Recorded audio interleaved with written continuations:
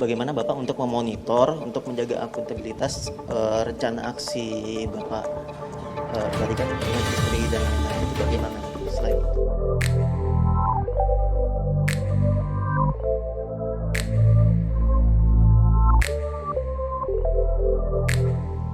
Oke, teman-teman ada pertanyaan menarik, terima kasih pertanyaannya. Pada saat kita ingin menggali ke tim kita, apakah sebaiknya personal atau mengalir?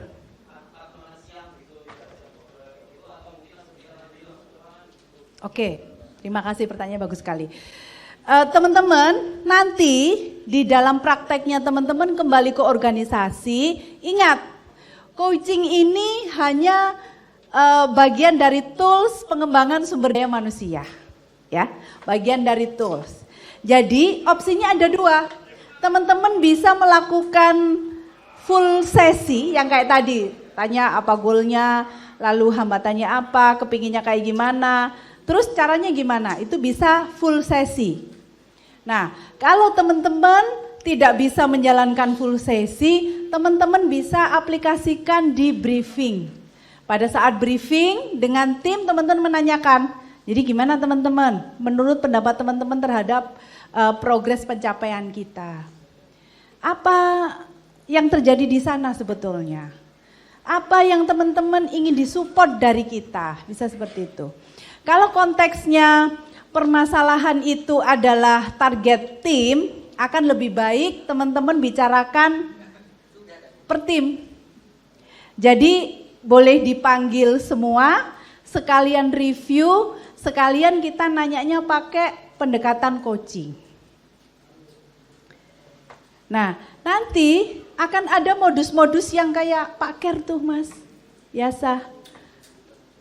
Modusnya awalnya, oh mau ke sana gitu ya. Setelah digali-gali, ya maunya ke kiri gitu. Apa itu Pak? Iya, produktivitas.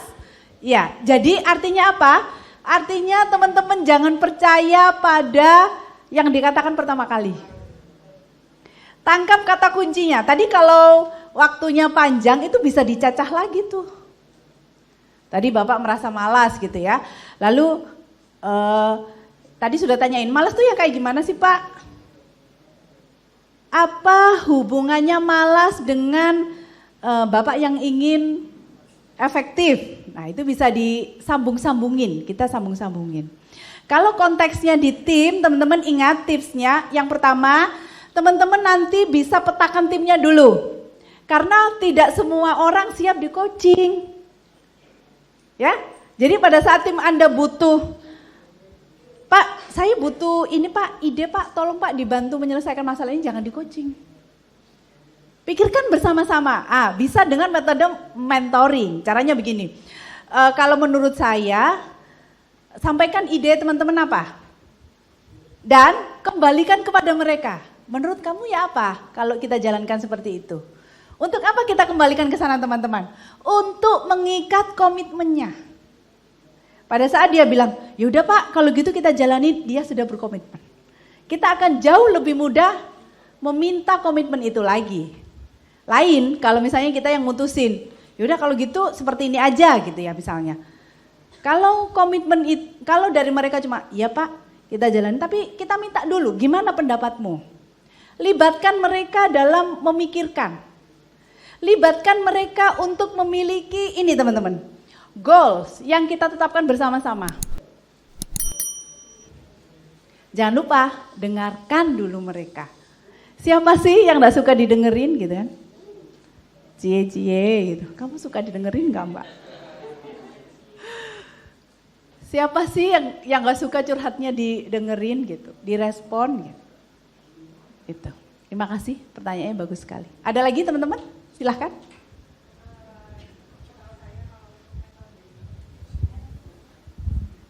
Bismillahirrahmanirrahim. Kalau yang setahu saya untuk metode coaching ini hampir seperti person center terapi atau perorangan begitu. Jadi lebih fokus kepada dirinya. Jadi dia yang menemukan untuk solusinya begitu.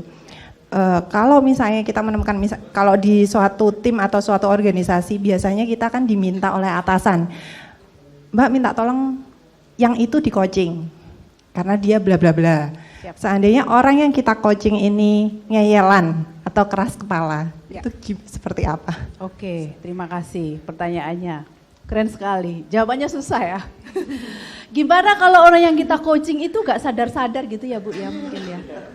Ya, Jadi kayak coachingnya. panjang coachingnya. Maka kalau teman-teman menjadi leader, tentu apa yang harus disiapkan dulu adalah datanya disiapin dulu Bu. Nah kalau di konsep feedback itu ada yang namanya model SBI, jadi situational behavior impact. Jadi situasinya apa, lalu perilakunya seperti apa, lalu impactnya seperti apa. Bisa dengan cara seperti itu. Intinya tadi dalam coaching esensinya adalah kesetaraan, juga kesetaraan itu maksudnya juga kesamaan persepsi. Jadi kita menyamakan persepsi dulu Bu, kalau dia ngeyel. Jadi kalau dia ngeyel berarti kan antara kita sebagai coach sama dia sebagai coach ada gap. Nah itu yang kita sepakati dulu. Kalau selama ini konteks dari tim adalah, jadi gini, kalau di dalam tim coaching, di prakteknya, teman-teman mulai dari target besarnya seperti apa. Lalu collect datanya pencapaian dari target itu seberapa besar. Lalu kita bicara. Kadang-kadang pada saat pimpinannya memanggil, itu tidak semata salahnya tim juga sih. Mungkin saja leadernya yang belum bisa melihat. Sekarang kalau saya tanya begini, siapa yang lebih paham dan lebih lihai mengerjakan tugas dia? Dia kan? Lah kok kita suka-suka sok pinter tah? Itu. Jadi kita sendiri dulu yang harus melihat jauh ke dalam diri kita. Kembali yang tadi tuh, seberapa besar mereka bisa melihat bahwa kita mampu, seberapa besar mereka bisa percaya bahwa kita bisa menyelesaikan masalahnya, seberapa nyaman dia kalau bercerita semua masalah itu bisa dengan gampang, dan dibagi yang terakhir teman-teman. Apakah teman-teman pada saat menjalankan perannya teman-teman lebih berorientasi kepada diri teman-teman atau pengembangan mereka. Dan itu tidak bisa kita buat-buat. Maka pastikan intensi atau niatnya teman-teman pada saat teman-teman menjadi leader mereka adalah untuk perbaikan mereka. Kalau yang ngeyel terus Bu, kita bisa menangkap kata kuncinya. Jadi kayak tadi tuh kan ada beberapa kata kunci ya. Malas itu seperti apa Pak? Lalu efektif itu seperti itu, kita samakan persepsinya. Kalau sudah sama, kita lihat ke sininya, ke goalnya. Setelah disepakati goalnya, kita lihat sekarang ada di mana dia. Gitu. Sip. Oke. Terima kasih. Ya, sama-sama. Ada lagi? Silakan. Mau nanya, kalau untuk sesi coaching ini maksudnya bisa nggak ya kita misalnya satu tim itu kita kumpulkan, timnya itu semua yang kita coaching gitu? Bisa. Bisa ya? Bisa. Jadi ada one on one coaching. Iya, yang kayak misalnya iya, kayak tadi. Kita panggil, terus kita speak gitu ya dari hati ke hati, itu one on one. Tapi bisa juga mereka kita kumpulin di satu tempat terus kita bicara soal tim, bisa. Iya, maksudnya seperti itu. Bisa. Tipsnya teman-teman mesti lebih lihai memimpin jalannya diskusi, memfasilitasi jalannya diskusi. Tim coaching itu. Jadi ditentukan goal besarnya ditentukan, lalu kita ajak kepada mereka untuk memilih isu mana yang mau dibahas. Nah, tipsnya kita ajak kepada mereka untuk lihat dirinya dong, jangan nyalah-nyalahin. Jadi kita juga memfasilitasi tim kita untuk belajar sebetulnya. Belajar menerima kenyataan, belajar untuk memahami apa yang terjadi pada diri kita gitu ya Pak ya, tadi ya Pak ya. Didapetin kesadaran, belajar untuk mengapresiasi temannya, belajar untuk menerima semuanya dengan kacamata yang positif, kayak gitu. Jadi kalau misalnya dalam suatu bisnis, kita kan bisnis ya. Jadi kalau saya konsultan bangunan gitu kan. Oke. Terus saya punya misalnya ada 4 drafter gitu kan. 4 apa? Drafter itu yang gambar. Oke, siap. Dia yang gambar. Kita ada memang kita pingin punya target gitu kan. Misalnya satu hari ini sekitar 2 hari mereka harus bisa mengerjakan berapa gambar gitu kan. Itu bisa juga kan kita terapkan untuk pola coaching ini untuk menggali seberapa cepat mereka bisa menggambar atau gimana gitu. Bisa.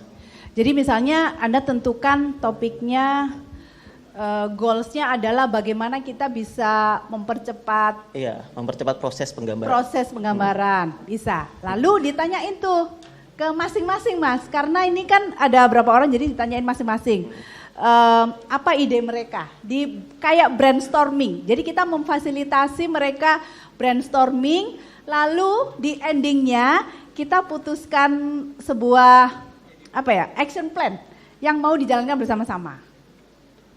Gitu. Disitulah sebetulnya kelihaian dari coach diperlukan. Karena kalau hanya satu coach kan hanya satu kepala aja ya. Kalau ada 5 coach itu 5 kepala, kita mesti nyatuin mereka, kita mesti mengapresiasi mereka. Nah disitulah kelihaiannya diperlukan. Terus untuk masalah komitmen, kan tadi kayak di pertanyaan itu kan ada beberapa komitmen apa gitu. Ya. Kadang-kadang komitmen itu apakah perlu tertulis atau perlu selalu diingat atau gimana gitu. Kadang-kadang kan orang berkomitmen tapi setelah itu bisa lupa kembali kayak gitu. Atau apa memang kita harus terus-terusan meng-coaching mereka gitu aja. Oke, terima kasih. Pertanyaannya bagus sekali. Tentang komitmen teman-teman.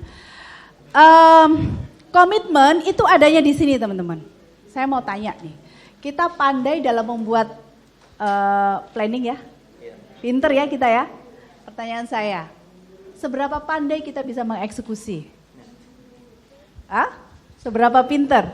Coaching, keberhasilan dari coaching adalah kita kunci di sini teman-teman. Bagaimana rencana-rencana aksi itu bisa dijalankan. Nah, terkait dengan komitmen ini, kalau versi profesional coach, kita hanya akan menanyakan. Jadi dengan gini, oke, saya sebagai coach Anda, bagaimana saya bisa yakin kalau Anda akan menjalankan rencana aksi itu? Jadi kalau dalam konteks profesional coach, kita tidak diperkenankan meliding tidak boleh, memberikan ide tidak boleh, menyuruh tidak boleh, tapi kita menanyakan dengan harapan mereka menemukan sebuah kesadaran. Biasanya mereka akan bilang, yaudah coach nanti akan saya laporkan. Tapi kalau dalam konteks teman-teman di internal, sebagai leader, sebagai business owner, sebagai manager, sebagai supervisor, teman-teman kan bukan profesional coach. Jadi teman-teman bisa tagih itu. Mudahnya begini, pada saat mereka berkomitmen, kita akan lebih mudah untuk menagih. Intinya, teman-teman pelajari rencana aksinya tuh, ada timeline ya. Ada minggu ini mesti ngapain, minggu 1, 2, 3 mesti ngapain aja, lalu kita review. Jadi selama ini yang kita rata-rata masih lemah adalah mereview dan lupa, terus habis gitu dadah gitu ya. Semuanya udah dadah. Kayaknya itu aja. Aku tadi minta mereka dikasih post-it 3 untuk menulis. Udah habis, udah nggak usah. Sekarang jam berapa? Learning point. Oke, teman-teman, waktu juga yang memisahkan kita. Oke, kita ingin tes sebetulnya dari pagi sampai sore teman-teman dapat apa. Silahkan ditulis learning point-nya di sini ya. 1 aja ya Kak ya. Boleh dibantu Mas? Silahkan teman-teman tulis kalau dengan pertanyaan coaching itu titik. Coaching adalah titik. 1 kata boleh, 2 kata boleh. Nanti kita tempel di sini sebagai learning point. Mas, ya dikasih Mas.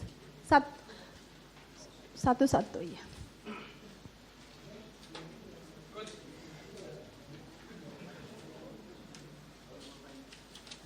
Coaching itu titik.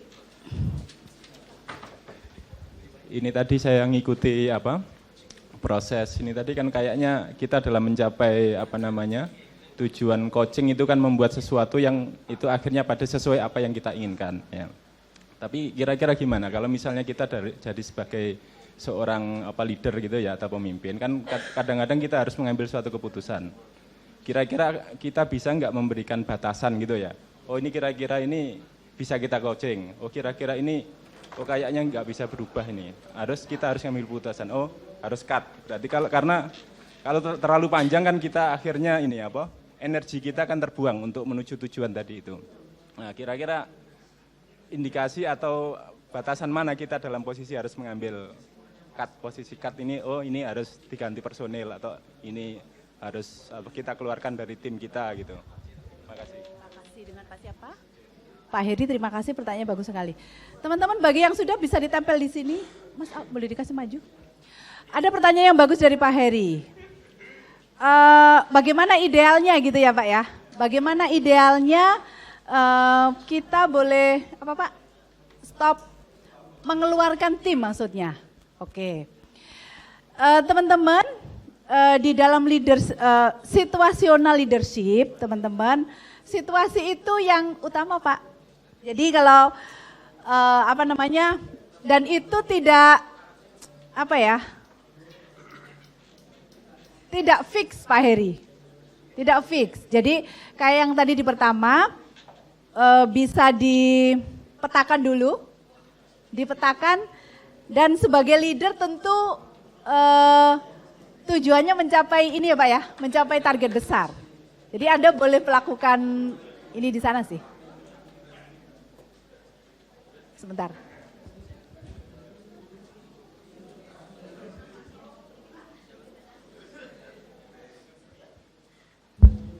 Cek. Itu yang ditulis bukan coaching itu, coaching adalah bukan definisi ya. Tetapi coaching itu menurut Anda misalnya coaching itu asik, coaching itu eksploratif, coaching itu dinamis, coaching itu gitu loh. Bukan coaching adalah bla bla bla bla bla bla, bukan itu yang ditempelin ya. Saya ingin menuntaskan jawaban saya dari pertanyaan Pak Heri. Jadi tidak diatur secara spesifik Pak, kapan kita boleh mengganti tim, kapan kita harus mengcoaching, kapan kita harus mentraining, itu tergantung dari kebutuhan di organisasi kita masing-masing Pak. Tentu sebagai leader punya intuisi ya Pak ya, wah ini kayaknya daripada banyak-banyak energi, ya sudahlah, kalau memang tidak bisa dibina ya sudah. Saya nggak bilang gitu ya, gitu. Teman-teman, terima kasih sampai dengan sore ini teman-teman masih stay di sini, masih belajar. Mudah-mudahan waktu yang singkat bisa membawa manfaat. Keluar dari ruangan itu, setidaknya teman-teman sadar ya Pak ya. Tadi pingsan ya Pak berarti. Oh, coaching itu menyadarkan Kak Said. Baik. Terima kasih untuk semuanya. Saya Wiwi Erli melaporkan dari Sutos. Waktu saya kembalikan sama Kak Said. Ya, nah saya punya experience, ini real banget. Saya bilang ke teman-teman di orang bangkrut ini, saya juga waktu itu dalam kondisi sama gitu ya. Teman-teman, ayo kita kagetkan rezeki kita masing-masing. Loh, maksudnya bagaimana Mas? Ayo kita kagetkan orang